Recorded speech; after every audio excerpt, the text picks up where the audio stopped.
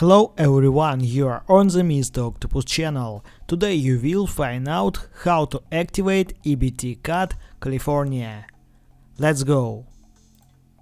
After you have received your card, you need to activate it and set a PIN.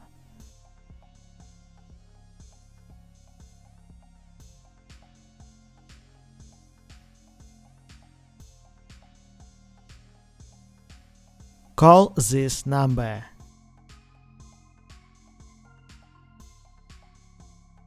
Select language to continue. 1 for English.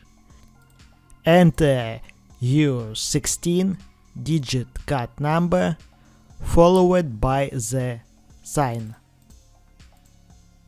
Select option 4. Enter date of birth.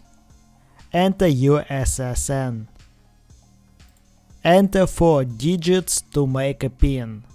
Repeat the 4 digits to confirm. Now you know how to activate EBT card California.